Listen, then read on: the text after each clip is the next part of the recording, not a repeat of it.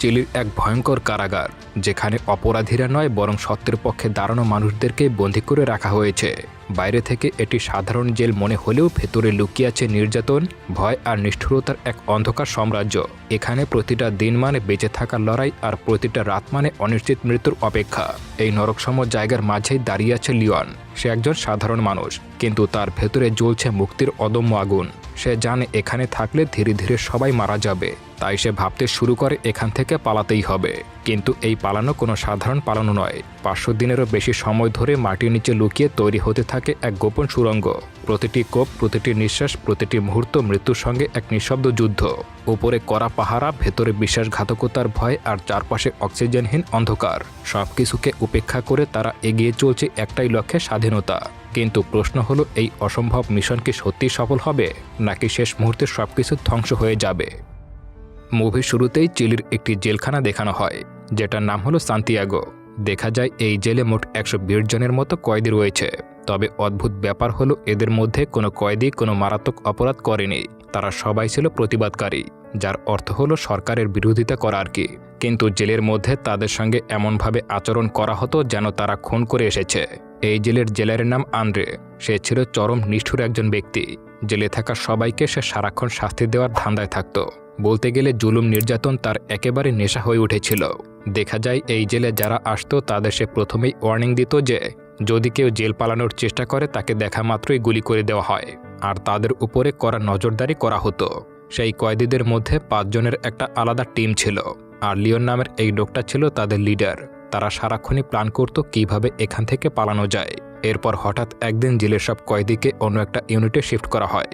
তবে তাদের সবাইকে সুযোগ দেওয়া হয় যে তারা যার যার ইচ্ছামতো সেল পছন্দ করে নিতে পারবে। এরই মধ্যে লিওনকে দেখা যায় সে সব কয়েদিদের মধ্য থেকে বেশ দ্রুত সামনের দিকে এগিয়ে যাওয়ার চেষ্টা করে। আসলে সে মূলত 50 নম্বর সেলের দিকেই যাচ্ছিল। সে এতটাই তাড়াহুড়া করছিল যে তাকে যেভাবেই হোক না কেন ওই সেলটা পেতেই হবে। কিন্তু কেন এই 50 নম্বর সেল, তার কারণটা সামনে গেলেই আমরা জানতে পারবো। এদিকে লিওন এত চেষ্টা করেও একটুর জন্য পারে না। সে দেরি করে ফেলে, আর অন্য একজন এসে সেটা নিয়ে নেয়। আসলে এই 50 নম্বর সেলের নিচে রয়েছে একটা রাস্তা, আর লিওন ভাবছিল তারা সেই রাস্তার সাহায্যেই এখান থেকে বেরিয়ে যেতে পারবে। তাই সে ওই সেলটা নিতে চাইছিল। তবে সেটা না পাওয়ায় বাধ্য হয়ে তারা 51 নম্বর সেলে উঠে পড়ে। সেখানে লিওনের বাকি বন্ধুরা চলে আসে তাদের জেল পালানোর প্ল্যান নিয়ে আলোচনা করতে। তাছাড়া তারা তো এখান থেকে পালানোর জন্য অনেক আগেই পুরো প্ল্যান সাজিয়ে ফেলেছিল, শুধু এখন সেটা কাজে লাগানো বাকি। তবে তারা খুব ভালো করেই জানতো যে তারা এত সহজে এখান থেকে পালাতে পারবে না। তবে লিওনের একটাই উদ্দেশ্য, তাদেরকে যে করেই হোক দ্রুত এখান থেকে পালাতেই হবে। কিন্তু সমস্যা হলো, দ্রুত এটা করতে হলে এক বিশাল চ্যালেঞ্জের মুখোমুখি হতে হবে। এরপর দেখা যায় জেলের মধ্যে সব কয়েদিদেরকে দিয়ে জেল কর্তৃপক্ষ কাজ করাতো। যেই কাজে ভালো তাকে দিয়ে সেই কাজগুলোই করানো হতো। এরপর একদিন লিওন তার বন্ধুদেরকে বলে তাদের যে করেই হোক না কেন গর্ত করে সুড়ঙ্গ তৈরি করে এখান থেকে পালাতে হবে। আসলে লিওন ছিল একজন আর্কিটেক্ট, তাই সে চারপাশের সবকিছু দেখেই বুঝতে পারে যে কোথায় কি করতে হবে। তাই সে নিজের পায়ের মাপ অনুমান করেই বুঝে যায় যে তাদেরকে পালাতে হলে 210 ফুট মাটি খুঁড়তে হবে। আর মাটি খুঁড়ে তারা এই জেলের পাশের একটা নদীর কিনারায় গিয়ে সেখান থেকে বেরিয়ে পালিয়ে যেতে পারবে। সেই সাথে পাশের নদীটা পুরোপুরি ঘাস ও গাছপালায় ঢাকা, তাই সেখান থেকে পালাতে তাদের তেমন কোনো সমস্যা হবে না। তবে একটা সমস্যা থেকেই যায়, মাটি খুঁড়লে সেই মাটি তারা কোথায় ফেলবে। মাটি যে অন্য কোথাও নিয়ে ফেলবে তেমন কোনো সুযোগ ছিল না, কারণ সব জায়গাতেই কড়া নিরাপত্তা রয়েছে। এসব নিয়েই তারা বেশ টেনশনে ছিল। এরই মধ্যে জেলের অন্য একজন কয়েদি আসে তাদের সঙ্গে কথা বলতে। জানা যায় এই লোকটার নাম পাওলো। তাদের 5 জনকে একসঙ্গে কথা বলতে দেখে বুঝতে পারছিল যে এরা অবশ্যই পালানোর প্ল্যান করছে। তাই সে এবার লিওনকে অফার করে সেও তাদের এই ব্যাপারে সাহায্য করতে রাজি আছে। এই কথা শুনে লিওনের টিমের 3 জনই পাওলোকে তাদের প্ল্যানে সামিল করে, এমনকি তাদের প্ল্যান সম্পর্কে তাকে জানিয়ে দেয়। আর পাওলোকে জিজ্ঞাসা করে তার কাছে পালানোর কোনো ভালো প্ল্যান আছে কিনা। পরের দৃশ্যে লিওনকে দেখা যায় সে তার বন্ধু রাফেল ও প্যাট্রিসিয়াসকে সাথে নিয়ে নিজে সেই রুমে সে পৌঁছায় যেখান থেকে সুড়ঙ্গ বানানোর প্ল্যান করছে। লিওন তার বন্ধুদেরকে জানায় তাদের এই সুড়ঙ্গ বানাতে বেশ সময় লাগবে। তবে সুড়ঙ্গ বানানো শুরু করার আগে তাদের দেয়ালের মতো একটা বোর্ড বানাতে হবে। এর কারণ হলো সিকিউরিটি লোকেরা যাতে এখানে আসলে সেই বোর্ডের সাহায্যে তারা সুড়ঙ্গের মুখটা বন্ধ করে দিতে পারে। আর তাহলে কখনোই তারা ধরা পড়ার মতো কোনো ভয় থাকবে না। আর সিকিউরিটি গার্ড যদি আসেও তাহলেও যেন তারা জানতে না পারে এখানে কোনো সুড়ঙ্গ তৈরি হচ্ছে। লিওনের সাথীদের মধ্যে একজন গিটারিস্ট ছিল। সে সবসময় গিটার বাজাতে ভালোবাসত। তবে সে এবার তার গিটারের মধ্য থেকে একটা স্ক্রুড্রাইভার বের করে। এটা সে নিজের গিটারের মধ্যে লুকিয়ে এনেছিল। এরপর লিওন সেই স্ক্রুড্রাইভার দিয়ে ছাদ ছিদ্র করতে শুরু করে, কিন্তু দুর্ভাগ্যবশত ছাদের একটা অংশ ভেঙে তাদের গায়ের উপরে পড়ে যায় এবং সেখানে বড় রকমের একটা গর্ত হয়ে যায়। এসব দেখে তারা সবাই ঘাবড়ে যায়। আতঙ্কে রাফেল বলে ওঠে, আমাদের দ্রুত এই গর্তটাকে বন্ধ করতে হবে। যদি কোনোভাবে সিকিউরিটি গার্ডরা এসে দেখে ফেলে তবে আমরা শেষ। তবে লিওন সবাইকে শান্ত করে। সে জানায় তাদের ডিম জোগাড় করতে হবে এবং সেগুলোর সাহায্যে একটা মিশ্রণ বানিয়ে এই ভেঙে যাওয়ার জায়গায় প্লাস্টার করে দিতে হবে, তাহলে গর্তটা পুরোপুরি বন্ধ হয়ে যাবে।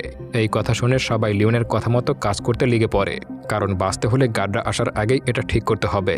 তারা যেন ঠিকমতো কাজ করতে পারে সেজন্য তাদের সেই গিটারিস্ট বন্ধু বাইরে গিয়ে গিটার বাজিয়ে গান গাইতে শুরু করে এবং বাইরে সবার মনোযোগ অন্যদিকে সরানোর চেষ্টা করে।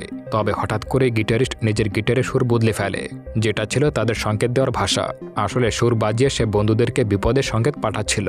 দেখা যায় একজন সিকিউরিটি গার্ড লিওনের ছেলের দিকে এগিয়ে আসছে, আর তাকে দেখে সে বন্ধুদেরকে সাবধান করেছিল। অন্যদিকে সেলের ভেতরে সবাই মিলে দ্রুত কাজ চালিয়ে যায়। তারা ডিম জোগাড় করে ঘষে বালু আর সিমেন্ট মিশিয়ে একটা মিশ্রণ বানিয়ে ফেলে। সেই মিশ্রণের প্রলেপ ছাদের ভাঙা অংশে লাগিয়ে দেয় আর তার উপরে একটা পোস্টার টাঙিয়ে দেয়।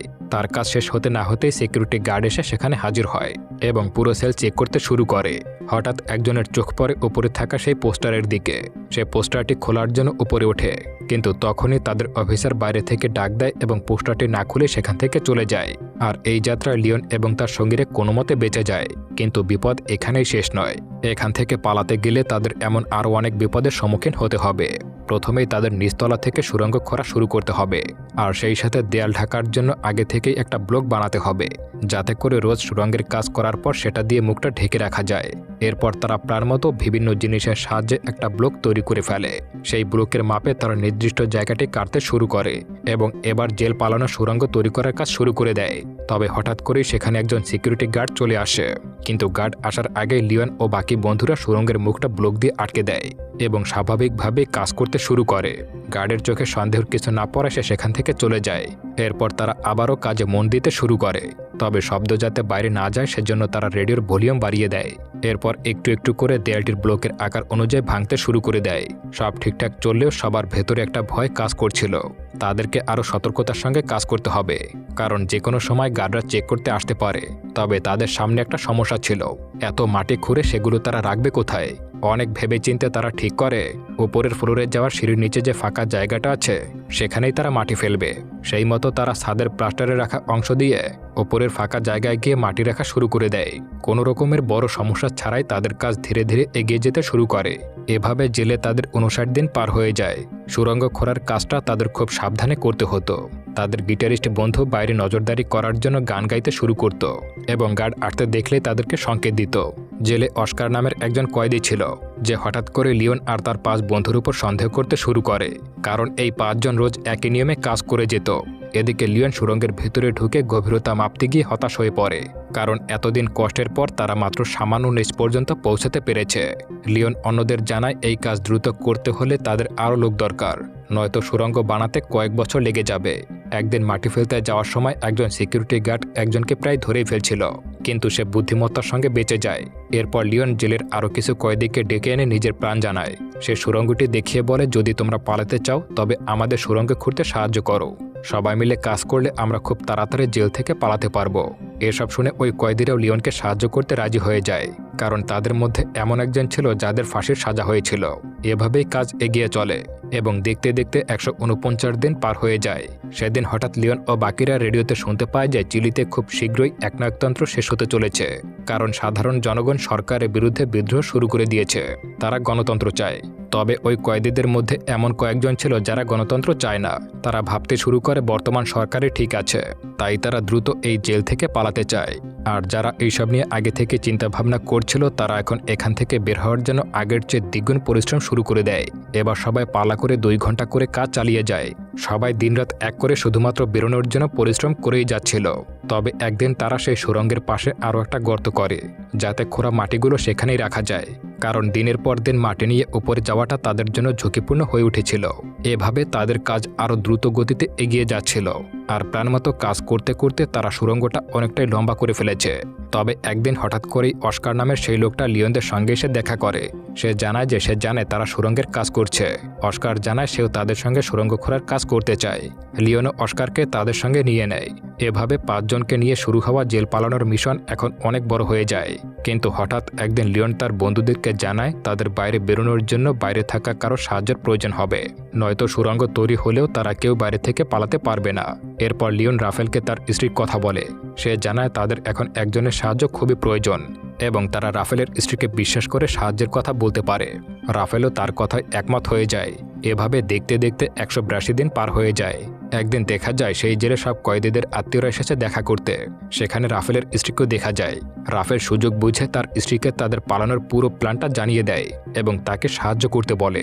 তবে সে তার স্ত্রীকে আলাদা করে বলে দেয় যে সে যেন সেই লোকগুলোর কাছে গিয়ে সাহায্য চায় যাদের সাথে রাফেল আগে প্রতিবাদ করেছিল। এরপর তারা আবারও সুড়ঙ্গ খোঁড়ার কাজ এগিয়ে নিয়ে যেতে শুরু করে। এমনকি আবারও বেশ কিছুদিন পার হয়ে 205তম দিন চলে আসে। দেখা যায় লিওনের সেই গিটারিস্ট বন্ধু যখন সুড়ঙ্গ খুঁড়ছিল তখন বাইরে থেকে সিকিউরিটি গার্ড হঠাৎ করে ভেতরে ঢুকে পড়ে এবং সবার সেল চেক করতে শুরু করে। এটা দেখে লিওন দ্রুত সেলে চলে যায়। সে সবাইকে ইশারায় বোঝাতে থাকে যে তাদেরকে বের হতে হবে, কিন্তু এত তাড়াতাড়ি সবকিছু গুছিয়ে নেওয়া সম্ভব হবে না। এটা বুঝতে পেরে রাফেল একজন গার্ডকে ধাক্কা মেরে বসে। এতে পুলিশ আর বাকি কয়েদিদের মধ্যে হঠাৎ করে হাতাহাতি শুরু হয়ে যায়। পুলিশ রেগে তাদের উপরে খারাপভাবে মারতে শুরু করে। তবে এই ঝামেলার সুযোগ নিয়ে লিওন ও তার বাকি সঙ্গীরা দ্রুত তাদের সেল গুছিয়ে ফেলে এবং সবকিছু আগের মতো সেট করে দেয়। সব ঠিকঠাক করে তারা যখন বাইরে আসে তখন দেখতে পায় সব কয়েদিকে জামা কাপড় খুলে কড়া রোদে হাঁটু গেড়ে বসে রাখা হয়েছে। আর তাদের এই শাস্তি দিয়েছে জেনারেল আন্দ্রে। সিকিউরিটি গার্ডের উপর হামলা হয়েছে বলে তাদের এই শাস্তি দেওয়া হয়েছিল। এই আন্দ্রে ছিল ভীষণ চালাক। সে কয়েদিদের এমন ব্যবহারে সন্দেহ করতে থাকে যে হয়তো তারা কোনো ঝামেলা পাকানোর প্ল্যানে আছে। তবে সে বুঝে উঠতে পারছিল না যে আসলে প্ল্যানটা কি। তারা আজ কোনোভাবে রাফেলের বুদ্ধিমত্তার কারণে এই যাত্রায় বেঁচে গিয়েছিল। অন্যদিকে রাফেলের স্ত্রী রাফেলের কথা মতো সেই টিমের সঙ্গে গিয়ে দেখা করে যাদের সাথে রাফেল আগে কাজ করেছিল। সেখানে গিয়ে সে একজনের কাছে জেল পালানোর পুরো বিষয়টা জানায় এবং সাহায্য চায়, কিন্তু সেই লোকটা রাফেলের স্ত্রীর মুখের উপরে না করে দেয় এবং বলে তারা নিজেদেরকে এসবের মধ্যে জড়াবে না। সেখান থেকে কোনো সাহায্য না পেয়ে রাফেলের স্ত্রী সোজা চলে যায় রাফেলের বাবার কাছে। রাফেলের স্ত্রী তাকে সব খুলে বলে। এসব জানতে পেরে তিনিও বুঝতে পারেন যে তার ছেলের তার সাহায্য খুবই দরকার। এরপর রাফেলের বাবা রাফেলের স্ত্রীকে সাথে নিয়ে একজনের সাথে গিয়ে দেখা করে। এই লোকটা ছিল রাফেলের আগের অপারেশনের সহকর্মী। লোকটা রাফেলের বাবাকে আশ্বস্ত করে বলে যে সে এমন কিছু লোকদেরকে চেনে যারা রাফেলদেরকে সাহায্য করতে পারবে। সে যে কোনোভাবে রাফেলকে সাহায্য করার প্রতিশ্রুতি দেয়। এদিকে জেলের মধ্যে রাফেলরা তখনও সুড়ঙ্গের কাজ চালিয়ে যাচ্ছিল। দেখা যায় তাদের এই কাজ করতে 392 দিন পার হয়ে গেছে। মাপ অনুযায়ী সুড়ঙ্গ এখন অনেকটাই লম্বা হয়ে গেছে। তবে এত গভীর সুড়ঙ্গ হওয়ার কারণে একজন কয়েদি সেখানে অজ্ঞান হয়ে পড়ে যায়। রাফেল সেখানে থাকার জন্য লোকটা কোনো মতে প্রাণে বেঁচে যায়। সে তাকে টেনে বাইরে নিয়ে আসে। এতে তাদের সামনে আরও একটা সমস্যা এসে দাঁড়ায়, আর সেটা হলো অক্সিজেনের অভাব। সুড়ঙ্গ অনেক গভীর হওয়ার কারণে সেখানে অক্সিজেনের সংকট দেখা দিয়েছিল। তাদের এখন কোনোভাবে অক্সিজেন সরবরাহের ব্যবস্থা করতে হবে। এরপর জেলের এমন একজন কয়েদিকে দেখতে পাওয়া যায় যে খুব ভালো ইলেকট্রিশিয়ানের কাজ জানত। এখন সেই তাদের অক্সিজেনের ব্যবস্থা করতে পারবে। রাফেল সেই লোকটার কাছে গিয়ে প্রস্তাব দেয় এবং সব জানতে পেরে সেই লোকটা তাদেরকে সাহায্য করার জন্য রাজি হয়ে যায়। এরপর সেই লোকটা রাফেলের সঙ্গে সেই সুড়ঙ্গে যায়। সেখানে গিয়ে সে সুড়ঙ্গে একটা মেশিন লাগিয়ে সেটার সাহায্যে ফ্যান সেট করে দেয়। তারপর একটা পলিথিনের ব্যাগে বাতাস ভরে পাইপের সাহায্যে সুড়ঙ্গের ভেতরে অক্সিজেনের সরবরাহ করার ব্যবস্থা করে দেয়। এরপর আবারও তাদের কাজ পুরোদমে এগিয়ে যেতে শুরু করে। এভাবে 413তম দিন চলে আসে, কিন্তু তখনও তাদের অনেকটা খোঁড়া বাকি ছিল। এরই মধ্যে একদিন জেনারেল একজন কয়েদিকে ডেকে আনে, যার নাম ছিল বিট। সে বিটকে নিজের সন্দেহের কথা বলে এবং জিজ্ঞাসা করে কয়েদিরে লুকিয়ে কোনো প্ল্যান করছে কিনা। এমনকি সে বিটকে সাহায্যের বিনিময়ে শাস্তি কমানোর লোভ দেখায়। বিটও তার কথায় রাজি হয়ে যায়। তখন জেনারেল খুশি হয়ে বিটকে একটা সিগারেটের বক্স উপহার দেয়। তবে অদ্ভুত ব্যাপার হলো এই বিট নিজেও জানত না যে জেলে সুড়ঙ্গ তৈরি হচ্ছে। এদিকে দেখা যায় লিওনের সুড়ঙ্গের কাজ প্রায় শেষের পথে। একদিন তারা বাইরের ফাঁকা জায়গার মাটি অনুভব করতে পারে। এরপর তারা প্ল্যান মতো একটা গোলাপি তরল সেখানে ছেড়ে দেয়। এর কারণ ছিল যাতে রাফালের স্ত্রী ও বাইরে থাকা সাথীরা বুঝতে পারে যে তারা ঠিক কোন জায়গায় আছে। পরদিন রাফালের বাবা জেলে দেখা করতে এসে জানায় যে তারা যে পর্যন্ত সুড়ঙ্গ করেছে তার লক্ষ্য থেকে এখনও 42 ফুট দূরে। এই কথা জানিয়ে সে সেখান থেকে চলে যায়। এরপর সবাই আবারও সুড়ঙ্গ খোঁড়ার কাজ শুরু করে দেয়। এভাবে 559তম দিন চলে আসে। তবে একদিন হঠাৎ করে সুড়ঙ্গ খোঁড়ার সময় সেখানে ভূমিকম্প হতে শুরু করে। এতে পুরো জেলের দেয়াল থরথর করে কাঁপতে শুরু করে। লিওন এসব উপেক্ষা করে দ্রুত সুড়ঙ্গ দেখতে চলে যায়, কারণ সে ভয় পেয়েছিল যে তাদের সুড়ঙ্গের কোনো ক্ষতি হয়নি তো। তবে ভাগ্যবশত তাদের এতদিনকার পরিশ্রম বিফলে যায়নি, সুড়ঙ্গটি ঠিকঠাক মতোই ছিল। এরপর একদিন লিওন জেলের একজন শারীরিক প্রতিবন্ধী কয়েদির সঙ্গে দেখা করে এবং তাকেও তার সঙ্গে যাওয়ার কথা বলে, কিন্তু যেহেতু সে হুইলচেয়ারে ছিল তাই সে জীবনে সব আশা ছেড়ে দিয়েছিল। সে কিছুতেই লিওনের কথা মানতে পারছিল না। সে লিওনকে বলে, তোমরা দ্রুত এখান থেকে পালিয়ে যাও, কিন্তু আমি তোমাদের সঙ্গে যেতে পারবো না। টানা 567 দিন পরিশ্রমের পর অবশেষে তাদের সুড়ঙ্গ তৈরি হয়ে যায়। এবার তাদের পালানোর পালা। তারা পালানোর দিন ঠিক করে। পালানোর দিন দেখা যায় জেলের সব কয়েদি একসঙ্গে বসে টিভি দেখছে। যারা সুড়ঙ্গ তৈরিতে সাহায্য করেছিল তারা একে একে সেখান থেকে বের হতে শুরু করে। সবাই টিভি দেখায় মগ্ন ছিল বলে কেউ তাদেরকে সন্দেহই করেনি। সুড়ঙ্গের ভেতরে তখন 50 জন কয়েদিকে দেখা যায়, যারা লাইন দিয়ে এগিয়ে যাচ্ছিল। সবার প্রথমে ছিল রাফেল। এদিকে বাকি কয়েদিদের সঙ্গে বিটো সেখানে বসে টিভি দেখছিল। হঠাৎ করে সে লক্ষ্য করে রাফেল সহ আরও বেশ কিছু কয়েদি সেখানে নেই। এটা দেখে তার সন্দেহ হয় এবং সে দৌড়ে রাফেলের ছেলের দিকে এগিয়ে যায়। এরই মধ্যে হুইলচেয়ারে থাকা সেই লোকটা তার সামনে এসে পড়ে এবং তাকে আটকানোর সর্বোচ্চ চেষ্টা করে, কিন্তু শারীরিক অবস্থার কারণে সে পেরে ওঠে না। বিট সোজা সেই সেলে ঢুকে পড়ে। সেখানে গিয়ে সে শুধু অস্কারকে দেখতে পায়, কারণ বাকিরা ততক্ষণে সুড়ঙ্গে ঢুকে পড়েছে। বিটকে চলে আসতে দেখে অস্কার ভয় পেয়ে যায় এবং তার সঙ্গে হাতাহাতি শুরু করে দেয়। সে কিছুতেই তাদের এতদিনকার পরিশ্রম নষ্ট হতে দিতে চাইছিল না। অনেকক্ষণ মারামারির পর অস্কার বিটকে অজ্ঞান করে ফেলে। তবে এই ধস্তাধস্তির কারণে অস্কার নিজেও বেশ অসুস্থ হয়ে পড়ে, যে কারণে সে আর ভেতরে যেতে পারে না। অন্যদিকে রাফেলের স্ত্রী ও বাকিরা মিলে একে একে সবাইকে সুড়ঙ্গ থেকে বের করতে শুরু করে। সেখানে সবার জন্য জামাকাপড় আর পালানোর বাস রেডি ছিল। তবে অস্কারকে দেখতে না পেয়ে সবাই ওর জন্য অপেক্ষা করার সিদ্ধান্ত নেয়। ওদিকে জেলের ভিতরে হুইলচেয়ারে বসে থাকা সেই লোকটা বাকি কয়েদিদেরকে সুড়ঙ্গের কথা জানিয়ে দেয় এবং তাদের সবাইকে বলে, তোমরা পালিয়ে যাও। এই কথা জানতে পেরে বাকি কয়েদিদের মধ্যেও পালানোর জন্য শোরগোল শুরু হয়ে যায়। এর মধ্যেই সিকিউরিটি গার্ডরা সেখানে চলে আসে এবং সেলের ভেতরে সুড়ঙ্গটি দেখতে পায়। তারা এসেই কয়েদিদেরকে ধরে মারতে শুরু করে। তবে তার মধ্যেই কিছু কয়েদি সেখান থেকে পালাতে সক্ষম হয়, কিন্তু অস্কার আর সামলাতে পারে না। পুরো জেলে সাইরেন বেজে ওঠে। সাইরেন শুনে সবাই বুঝে যায় যে গার্ডরা সবকিছু জেনে গেছে, তাই তাদেরকে দ্রুত পালাতে হবে। সবাই নিজেদের নতুন ভবিষ্যতের উদ্দেশ্যে বেরিয়ে পড়ে, কিন্তু অস্কার থেকে যাওয়ার কারণে সবাই বেশ হতাশ হয়ে পড়ে। ওদিকে অস্কারের সব স্বপ্ন জেলের মধ্যেই চাপা পড়ে যায়। আর এভাবেই মুভিটা এখানেই শেষ হয়ে যায়। তো বন্ধুরা, কেমন লাগলো গল্পটি অবশ্যই কমেন্ট করে জানাবেন। ভিডিওটিতে লাইক করে চ্যানেলটি অবশ্যই সাবস্ক্রাইব করবেন।